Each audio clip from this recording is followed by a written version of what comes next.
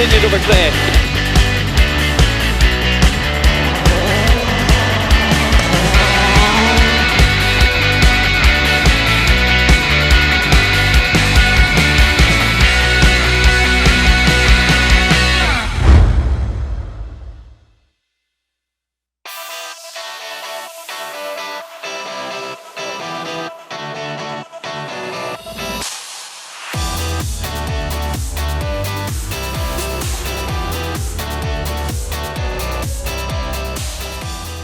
We're here in Wales where the sun is actually shining, for now anyway. We're in Newtown for the second round of the Welsh Rally Championship. We've had some fresh faces enter this year, so let's not waste any more time and head straight to the stages to bring you all the action.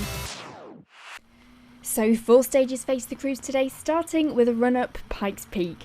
The first of our new faces on this round would be Jamie Anderson and John Scott, the first time in the new car and settling in well. So Jamie, it's your first time out in this new car. Are you liking it? Yeah, we're liking it. We had a bit of a problem on the first stage. We struggled with boost, but we're getting to grips with it, and that's where we want to be really. We're not really looking for any good times today. We're just here to have some time in the car. Having suffered a few setup problems on the first round, Hugh Hunter and Andy Marchback will be feeling much the same here today. Second place for now.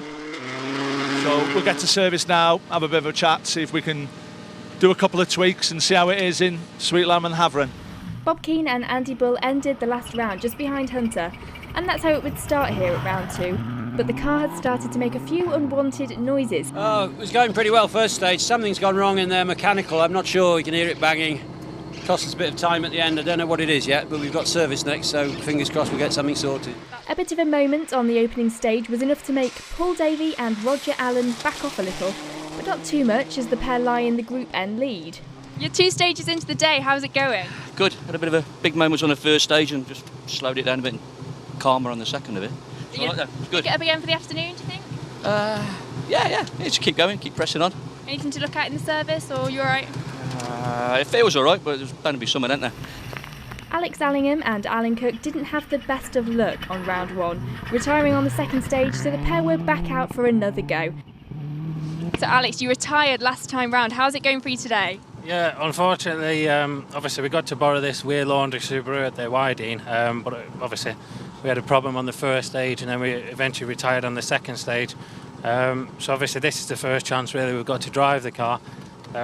Just settling into it in the first one, but yeah, I really enjoyed my herring there. It was really good. Roland Llewellyn and Jamie Edwards were going well after their round 1 non-finish. They lie in 6th for now. A small problem with the screen misting up was causing a little lost time. Jamie Dukes and Dave Williams make a great start, enjoying the stages and lying in 7th place, leading the way in Class 6. Dan Humphries and Steve McPhee make their season debut here after missing round 1 and just settling in the first time in the car this year, 8th place for now and 2nd in class. And 3rd in Class 8 were Craig Golder and John Kane. The pair new to each other inside the car, but it was going well, in 9th overall. Martin and Dawn England were another crew to have problems on the season opener, but this time the feeling in the car was much better, rounding out the top 10 at this stage. Bob Morgan and A.D. Williams needed some points after retiring last time out. This weekend was a steady start, cautious of making sure everything was okay with the car.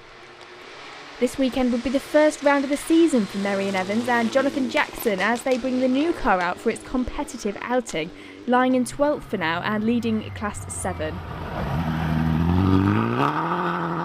Dylan Davis and Leon Williams were another crew to be suffering with a misted up windscreen. It was holding them back a bit, so they'd need to see if they can cure it in the service.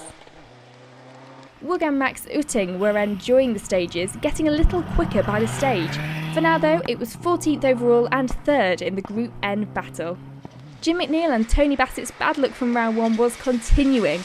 Turbo problems this time round for the pair, and it saw them in 15th place. Arwen Lloyd-Davies and Aled Edwards didn't even make it to the event last year with car problems, so reaching halfway was a bonus in itself. The pair also led Class 3.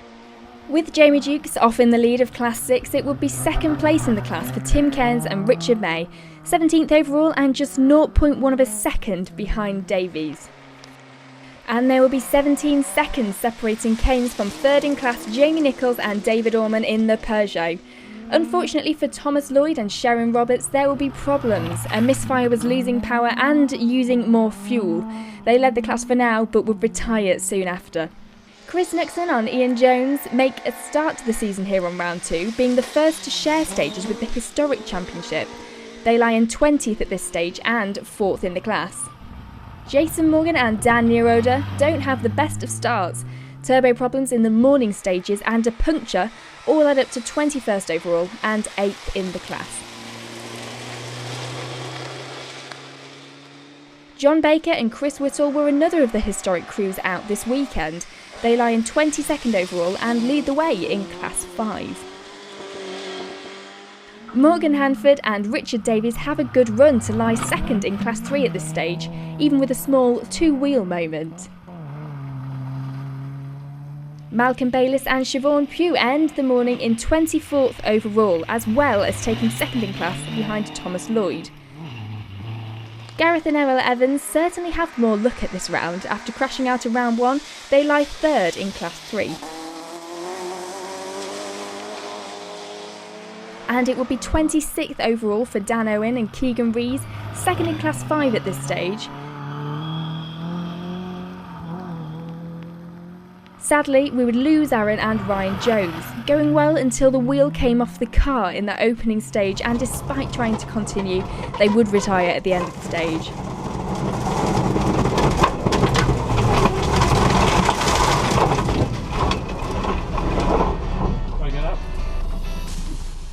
So at the midway point, the results look a little like this.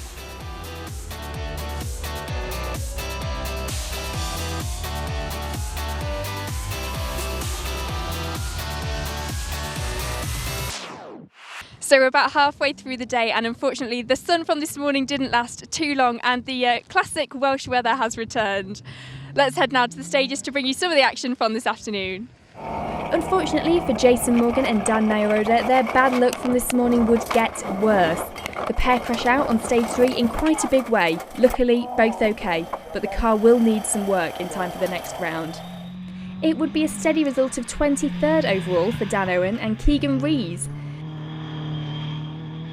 Gareth and Errol Evans make it to the finish of the event to take 22nd overall and 3rd in Class 3.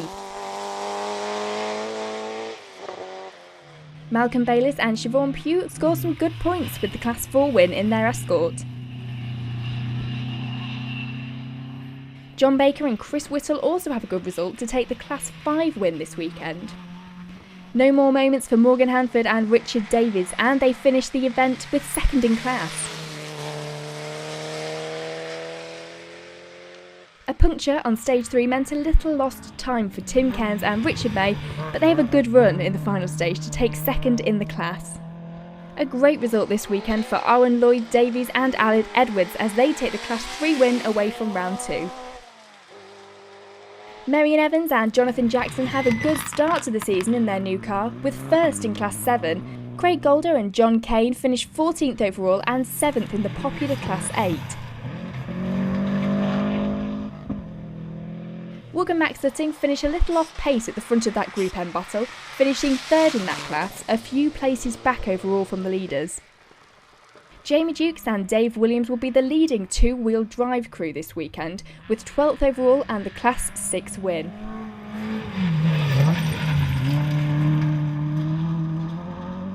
Not the best of weekends for Jim McNeil and Tony Bassett, but at least they score a finish, 11th overall and 6th in the class.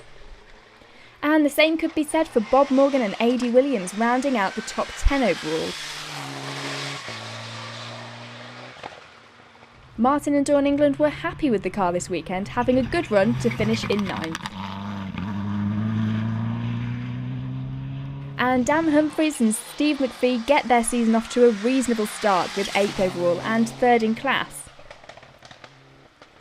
It would be 2nd in that class for Dylan Davis and Leon Williams, 10 seconds the difference between the pair at the end of the event.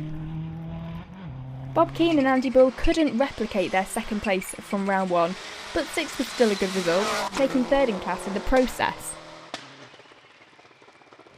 Things would remain close in the Group N battle, but it would be 2nd place for Roland Llewellyn and Jamie Edwards, missing out on the win by just 2 seconds.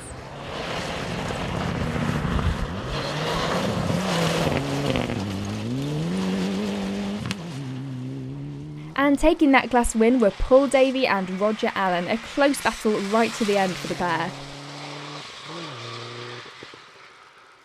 Alex Allingham and Alan Cook get to the finish this weekend and do it in style, with 3rd overall and the Class 8 win to go with it.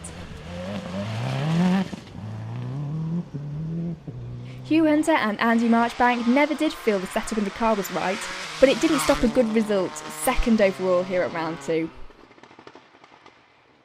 But for Jamie Anderson and John Scott, it would be the ideal debut in the new car, taking the win by almost a minute at the end of the event.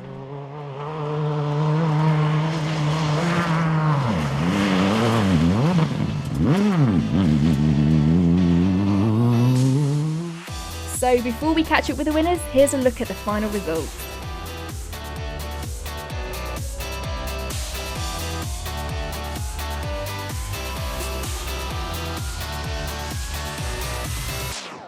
It's not been a bad day overall for you two, has it? No, it's ended up being a good start. What was initially going to be a test day for us has ended up coming with some extra bonuses really. So in the whole of it, we was here to test and we just got a bit more from it. Well, that's it from us here in Newtown, with Jamie Anderson making the best possible debut in his brand new car. He's taken the win here at the 2nd round of the Welsh Rally Championship. Next, Paul's going to be finding out a little bit about what goes on behind the scenes at a rally.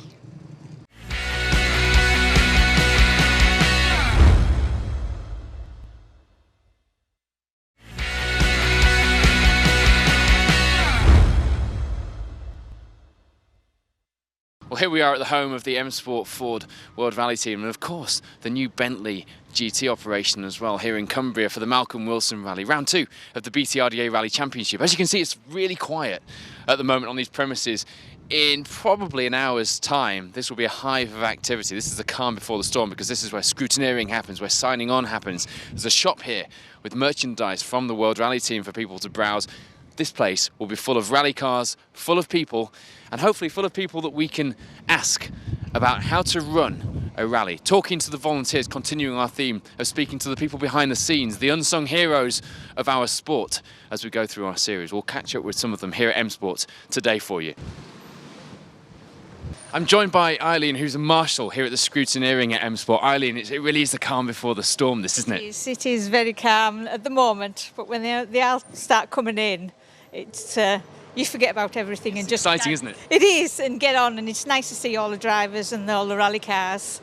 So what will your job entail when the cars arrive? When they come in, I'll make sure they're parked in the right spots and guide them into the areas for the servicing, and then make sure there's no cars when they're reversing out. There's nobody in the road. It's like for safety. So what got you into this, Eileen? Well, it's my husband, really. He's a rally fan, and I just got involved when he was involved, and I've done a bit of navigating for him because we used to do endurance rallying, and it was exciting, and it just carried on. And when we moved to West Cumbria, we joined one of the clubs, West Cumbria Motor Club, and just took off. So I enjoy it, I really do. I do a little bit of everything.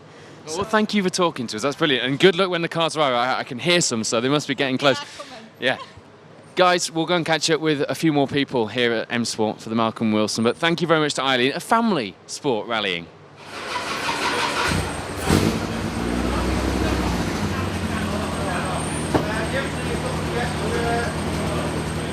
Right now, as we continue to look behind the scenes at the people that make these rallies happen, I'm speaking to Dave Newton, who's one of the REIS Ravenel BTRDA Rally Championship scrutineers. Dave, what does that mean to people who are uninitiated?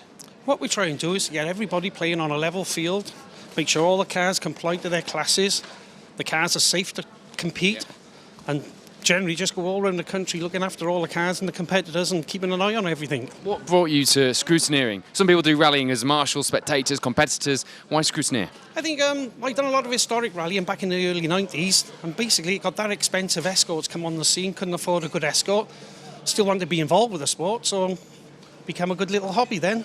And of course this sport wouldn't run without people like you doing this job, would it? That's right, yeah. I think a lot of things that go on behind the scenes, I think the marshals are the biggest ones, because they're out in all winds and weather. I can manage to get out of the wind and weather a lot of the time, but like, you know, you get your marshals, you get your timekeepers, even the people who are organising, just taking in the entry fees and signing on and things like that. There's so many people that go on behind the scenes, it's unbelievable.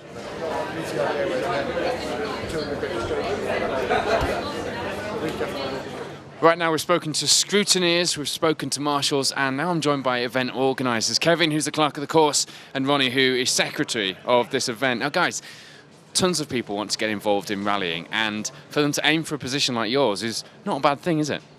It certainly keep them busy. Lots to do, lots of interest, make fantastic friends and meet some superb people. But it's hard work from time to time, but the sense of achievement when you're finished and everything's gone well is quite amazing. Kevin, how did you get into rallying? I was from a motorsport family, and when I was an apprentice, the chap who was training me was going rallying, so I stepped in the passenger seat and I've been there ever since. So how did it go from that to organising events? Just out of interest of the sport really, and trying to put a bit back, so I've been organising for a lot of years.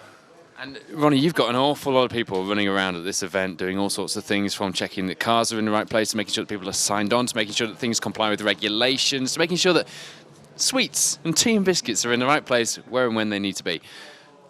What do you need to do? What do you need to do to get those people on board, to get more people coming through the ranks? We just want people to be involved, to say that if somebody comes along and says, I'm really interested in joining the organising team, come on in. Come to the meeting. We have meetings every month. And it's fun. It's not, it's not very strict and sort of through the chair and all this business. It's, chip in, have a drink, and then everybody will get a job, do a job. And the fantastic thing is, we can rely on everybody on our team. Everybody takes responsibility for their job and does a superb job. And then we report back every month, yeah, done that, and we know it's going to work. So we caught up with some of the people behind the scenes at M Sport as the cars got prepared and scrutineered ready for today's rally. We are now in the forest before the first stage. Let's catch up with some of the people who are making these stages run, the marshals, the organisers, the people running course cars here at the Malcolm Wilson Rally, as we continue our look at the people who make rallying work, the behind-the-scenes heroes of British rallying. Now here's a man you might recognise, of course, our Manx Rally champion, Aaron Newby. Aaron, you're here with Rob Fagg in your rally car, but you're not competing. No, we're doing course car duty today, clearing the stage and make sure no spectators are out of the way. Obviously we had a few problems last year on spectators, so we'll just clamp down on that and make sure all the stages are clear so there's no dramas for everyone So else. why do you do it in a competition car then? For people watching, this competition car comes through, it's a full-on rally car, it's one you've used in competition. Yeah, no, it's basically like a taster for them, you could call it, that's what the speed's going to be, but not as quick, but this is what to expect, so when we come through, that's when you know that the rally's about to begin, so. Another one of the cars that the spectators are treated to before the rally cars come through is this car driven by Henry. Henry, it's not a full-on rally car, today at least. No, it isn't. It's based on a British off-road cross-country model. It's fitted with Paris-Dakar suspension and bucket seats and harnesses for our own safety, really. Yeah. We don't go on any competitive speeds, but it's your own peace of mind. What's your job then today? We're doing spectator control today. Safety is really important, and we're sort of doing our best to make sure everybody stays in the right places and has a good day's sport, really. And you guys are volunteers? Very much so, yes. How did you get into this? Started off at marshalling at the very sort of bottom of the tree and sort of in the forests on stage events like this. So you get to use your car out on rallies, not at competitive speeds, but it's good fun being involved. Good fun, absolutely, yeah. It can be expensive, it takes maintaining, but yeah, good fun. Now I'm joined by three marshals here at the Malcolm Wilson Rally: Harlan, Karen, and Abby. Bit of a family affair, Harlan. Yeah, we've been watching. Well, me and Karen have been watching rallies for years. I used to have a bit of a do years ago, so it's our way of getting out and giving something back and helping. Plus, it gets us out of the weekend as well. Karen, I understand you thought you were watching today. Yes. So what's your job today then? I don't know, timekeeping, is it?